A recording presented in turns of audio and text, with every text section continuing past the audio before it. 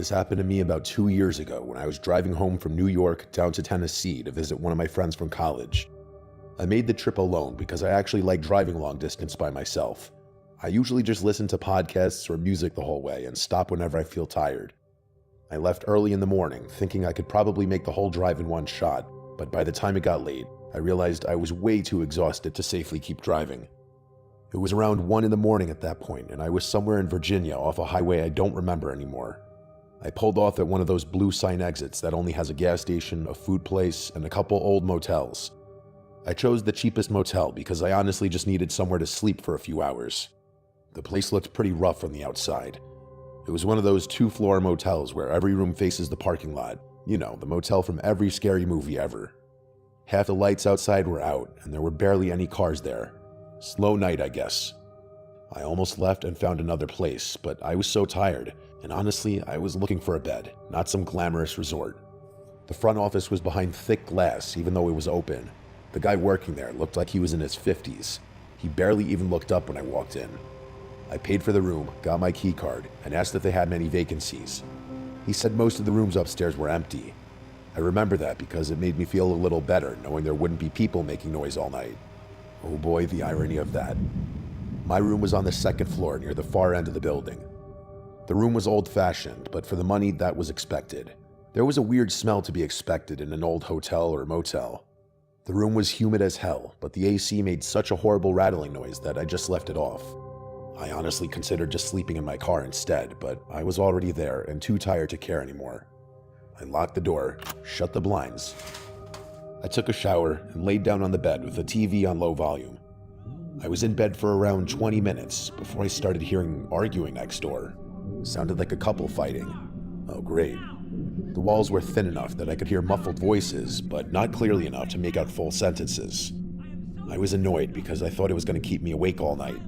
One voice sounded deeper and angry, while the other sounded softer. The weird thing was the softer voice didn't sound female exactly. It sounded like someone mimicking a woman's voice, an obvious higher-pitched voice coming from a man. The argument kept going back and forth for a while. One voice would get loud and aggressive, and then the other would respond sounding serious, and then the other would respond sounding nervous. I started noticing something strange, though. The timing between the voices felt suspiciously perfect. There was never any overlap, like in basically any real fight. Each voice waited perfectly for the other to finish. I turned my TV volume down and sat there listening closer. That's when it hit me, that it was one guy doing both voices. Once I realized, I couldn't unhear it. The deeper voice sounded natural, but the softer voice sounded like the same man trying to imitate somebody else, I guess a female. I remember feeling this weird pit in my stomach because it suddenly changed the entire situation from an annoying argument to something seriously disturbing. No matter how I tried to explain it away or rationalize it, I would realize it just didn't make any sense.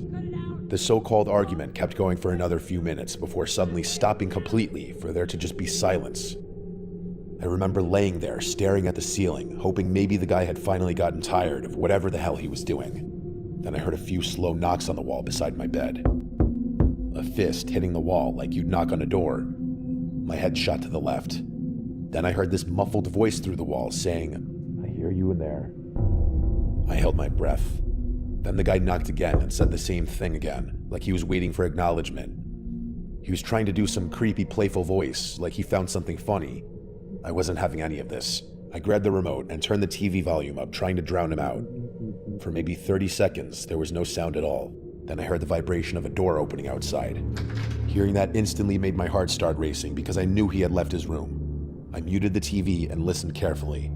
I could feel the vibration of footsteps on the balcony outside approach my room. My blinds were fully shut, except for a tiny crack near the edge where they didn't fully meet the wall. I kept staring at that crack, wondering if I should look or not. Part of me thought I was just making the situation scarier in my head than it actually was. Eventually, curiosity got the better of me. I walked slowly to the window and pulled the blinds apart just enough to see outside. The second I looked through, I saw a man standing right outside my window trying to look in. His face was so close to the glass that it made me jump backward immediately. We definitely made eye contact for a split second. His eyes looked wide open. The second I moved away from the window, he started making these weird voices outside. I promise this when I say he sounded like he was imitating characters. I don't know what characters, but he was having a whole creepy voice acting practice outside my motel room door. Then he started knocking on my door while changing his voice over and over. 1 second he sounded high-pitched and childish, then suddenly deep and angry. I remember one of the voices sounding like an exaggerated southern accent. It would have sounded ridiculous, maybe even funny in any normal situation, but hearing it outside my motel room at nearly 2 in the morning terrified me. This was obviously a sick, mentally ill person. The knocking kept getting harder. Not enough to break the door down, but enough that I thought the whole motel could hear it. I called the front office immediately and told the guy that somebody outside my room was acting insane and wouldn't leave me alone. The guy sounded irritated at first until he probably heard the banging through the phone. Then his tone changed and he said he'd come up right away. The guy outside kept switching voices and knocking for another minute or two. Then suddenly it stopped completely. I looked through the peephole and saw him speed walking back into the room beside mine. A few seconds later, the motel worker came upstairs carrying a flashlight and his other hand on his holster. He knocked on the door next to mine after seeing the guy speed off into that room, and he started trying to talk to the guy inside. I couldn't hear everything clearly, but he kept asking him to open the door. There was no answer at all from inside. The worker stood there for maybe a minute before finally coming over to me. I opened the door and explained everything that happened. The worker hesitated for a second before saying the guy had been staying there for a while. That answer alone made me want to leave immediately. I asked if I could switch rooms, and he said yes. He moved me to a room downstairs near the front office, right by my car. I grabbed my few belongings as fast as possible and followed him down there. The new room was basically identical to the first one, except not next to a mentally ill person. I remember feeling relieved once I locked myself inside because I figured there was no way the guy would bother me again after management got involved. I turned the TV on quietly and sat awake for a while, replaying the whole thing in my head. Eventually, exhaustion caught up to me and I started drifting off. I don't know how much time passed before I woke up again, but it was still dark outside. What woke me up was the sound of someone outside the room. I looked toward the window and saw a shadow move past the crack in the blinds. Then a few seconds later, it passed again. Not this again. I carefully moved closer to the window without making noise and looked through the crack. It was the same guy from upstairs. He was creepily walking past my room over and over again. The weird part was he wasn't making voices anymore. He wasn't knocking either. He just kept walking by while looking toward the room every time he passed. I remember feeling even more uncomfortable because now he seemed calm. I watched him do this maybe 4 or 5 times before he eventually disappeared toward the back of the motel. I didn't sleep again after that. The second the sun started coming up, I packed all my stuff, threw it in the car, and left without even returning the key card. I stopped at a gas station down the road for coffee and realized my hands were still shaking. People are weird and downright dangerous. Staying at a creepy motel is perhaps how to do a speed run of meeting those people. I will not stay at one again.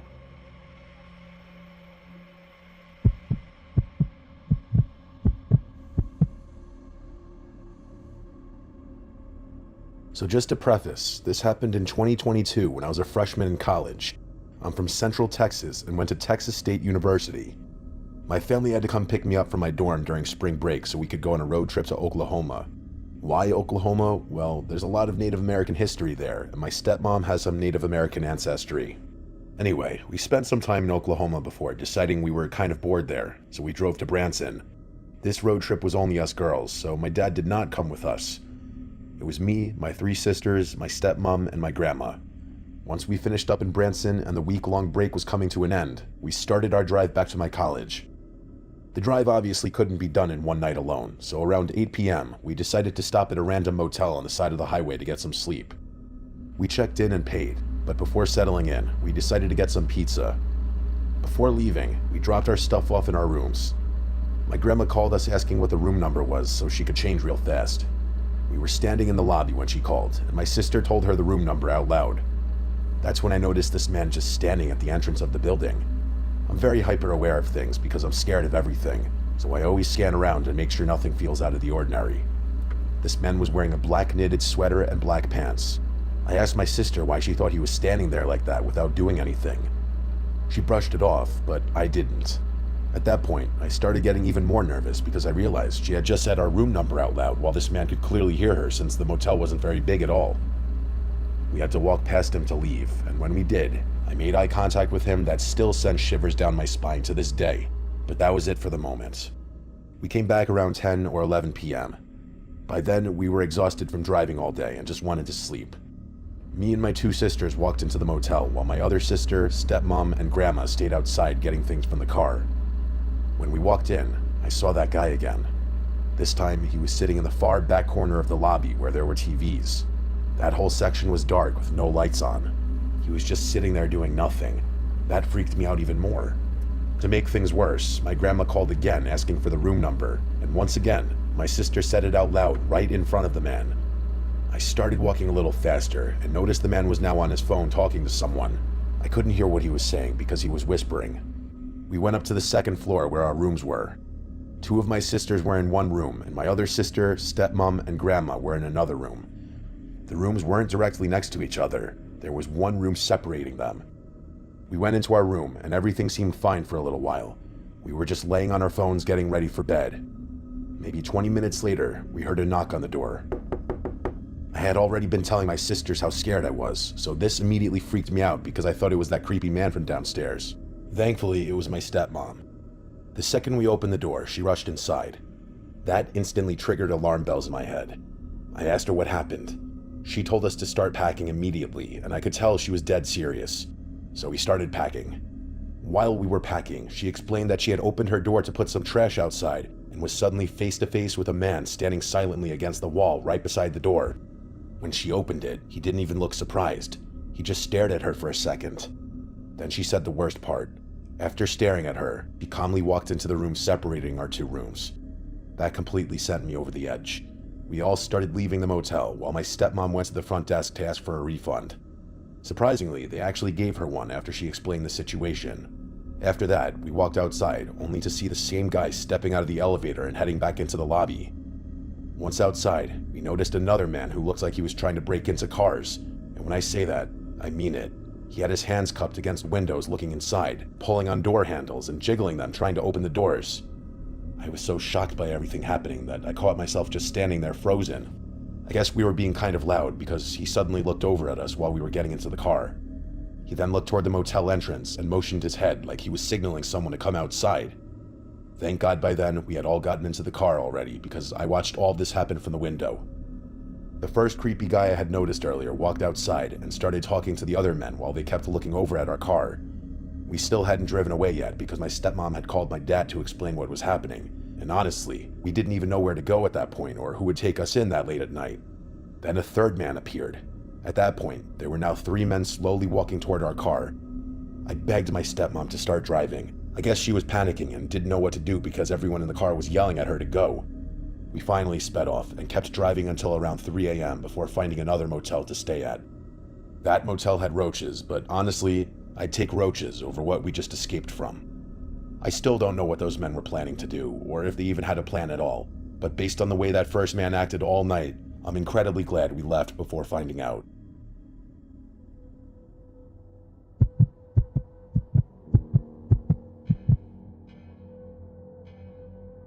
So if you've never stayed in a motel, they're basically a hotel's smaller, broker little cousin. Compared to a hotel, they're usually completely bare bones. You just get a bed to sleep on, a bathroom, and that's it. But that's the beauty of them sometimes if you don't want to spend hotel dollars. I feel like the 2 times you book a motel are when you're on a road trip, or if you're on a long vacation and want to offset the costs for a hotel with a motel for part of the trip. So my girlfriend Julie and I were the first example. We were driving down to Florida, which is a 17-hour drive for us. I insisted on driving all the way through or just sleeping in the car, but she didn't want to do that, understandably. When we were about 11 hours into the drive, it was dark, late, and I was feeling that feeling of struggling to keep my eyes open. We had already pinned a motel on the map half an hour earlier that Julie found. It was about a half mile off the highway. Julie was already asleep. I would wake her up when we got to the motel. Julie already booked us a reservation for the motel. Seeing 2 minutes left on the screen was a huge relief. I pulled us off the highway and eventually into the parking lot of the motel. It was kind of dead in there. I think there was one other car, and honestly, it could have been the front office employees. I woke Julie up, and I told her I'm going to check us in. I went to the little front office, and there was a woman sitting in there. She looked tired and disheveled, but she still gave me a smile and greeted me. I think she was sleeping, but then got up and went to the office to greet us for the reservation. She gave me the key and told me the room number, room 5. It was the far corner on the ground level. Julie and I brought our small bags into the room. It was a basic motel room. We took turns in the bathroom brushing our teeth and whatever. When I went through my bag and realized my phone charger was still in the car, I got up and told Julie I'd be right back. She just gave me a little grunt like she was too tired and saying a word would use up too much energy. I opened the door and left it cracked open. I walked over to the car and pressed the button on the key fob to unlock it. The lights lit up, and I think that's when I noticed the lights in the front office were off. The lady went back to sleep, I guess. Maybe that car was hers and she lives on the property. Wouldn't surprise me. But now, the place was completely dark. It was a little eerie. Not even any traffic on the road. As I got to my car, I dug around looking for my charger. I have the new iPhone with the USB-C port. Julie has the old one, and she always likes to unplug my phone so she could connect to CarPlay. So I took a minute looking for it till I found it in the center compartment. I guess she put it there. I closed the door, and my heart nearly stopped when I saw someone right by the door to our room. It was a man. I left the door cracked open just as a subconscious habit so I wouldn't get locked out, even if they weren't automatic locking doors. I jogged over to make it clear I was there before this man entered the room or something weird. I have to admit, this man was large. Not just tall, but big frame too. He had on a long trench coat that did not fit the mildly chilly weather. As I got close to the door, it really looked like he was planning on opening the door. When he heard me coming, he turned around. The man from the start smiled and had a very soft demeanor. The way he spoke was so soft that instead of being calming, it was off-putting. He asked me how I was doing tonight. Mind you, it was like past 1 a.m. I could read something weird in his intentions with his small talk, so I deflected it and skipped to the important question, if there even was one, which was, "What are you doing walking around so late? Are you staying here?" He shot back his answer quickly in the same soft voice, saying, "Oh, I'm staying upstairs. Just going for a stroll." I nodded, and then smiled back and said, "Well, enjoy your walk. Have a good night." He smiled and nodded, and then I went inside and shut the door. I was pretty quick to lock it. Julie was in bed already, snoring. She sleeps like a baby, otherwise I would have been talking to her about how weird that encounter just was. I stood by the door with my ear up to it. I wasn't sure if I'd be able to hear footsteps walking away or not. All I know is, I didn't. Was he still standing there? I was scared to know, but I had to. I got on my knees, literally, and crawled over to the window, and very delicately moved the curtain a bit to the side, just enough at an angle to see in front of the door of the room. He was there. He was actually standing in front of our motel room door as if he was just staring at it. I lay on the floor like that for 10 minutes. He wouldn't move. It was like I was having a staring contest with him, and he was having a staring contest with our door. I eventually said "F this" and crawled over to the bed. When I got into the bed, I shook Julie awake but told her to be quiet. She was groggy until I explained everything about that encounter and that he's still outside the door. I didn't want to scare her, but I also didn't want to be alone with the situation, and I knew she wouldn't believe me if I didn't tell her. I whispered at her to go crawl to the window and look out it. She said I was scaring her and to stop, but I begged her to go look so she'd believe me. She gave in and got on her knees and crawled to the window where I moved the curtain. She looked out to the door and said, "He's not there." I said, "Look harder. Are you sure?" And then she gasped, if not shrieked. She got up and ran back to the bed. I honestly panicked and said, "What is it? What did you see?" She replied to me to go look out the window at the rooms across the parking lot. I crawled back to the window and looked around, and I saw it very quickly. The guy in the trench coat was across the parking lot. He was standing still, but still facing our room. Actually, he was facing the window, I know it, like he saw me watching him. I looked for 30 seconds and he didn't move. I yanked the curtain shut. I told Julie I'm freaking the f*** out. I grabbed a blunt object just to keep by the bed secretly.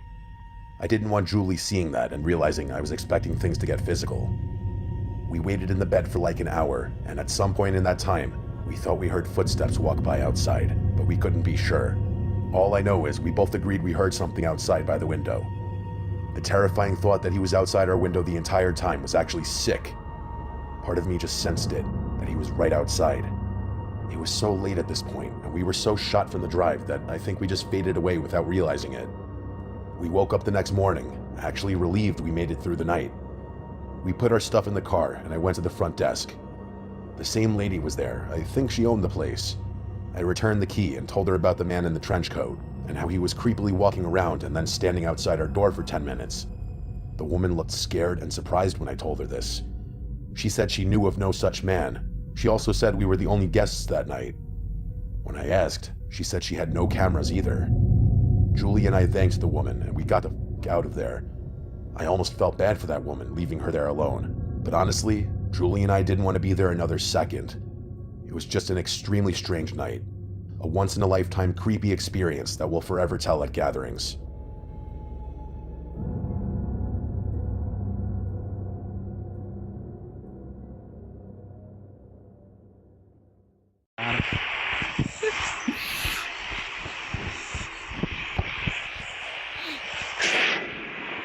ਚੱਲ ਭਾਈ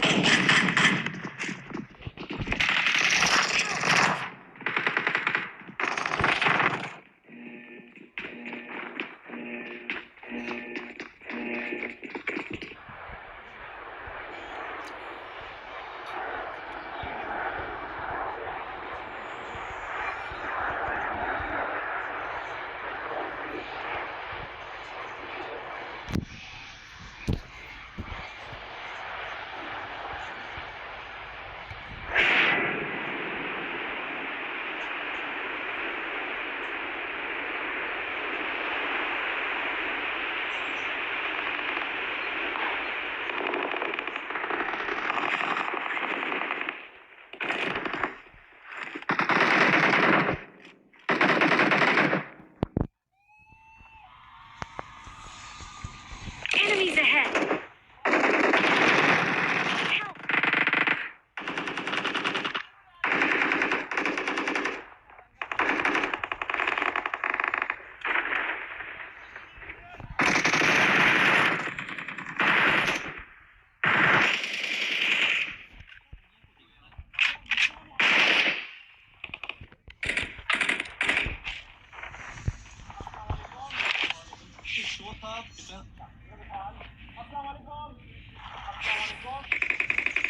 Help!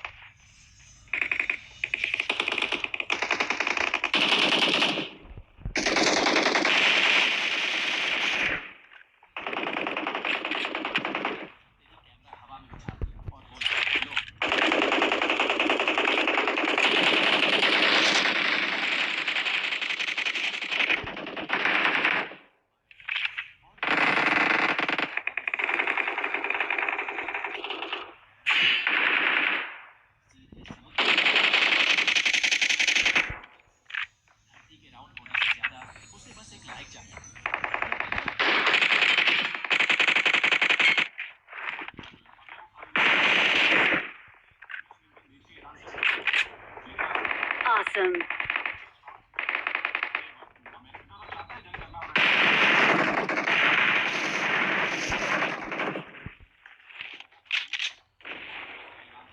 Don't give up. Please recall me. Still recall you. Let's go.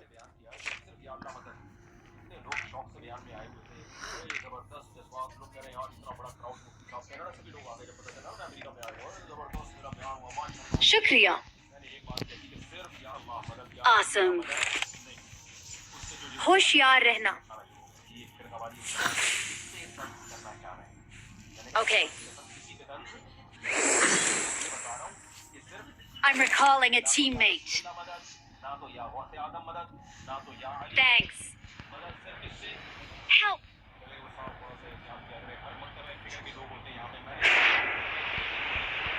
Shukriya.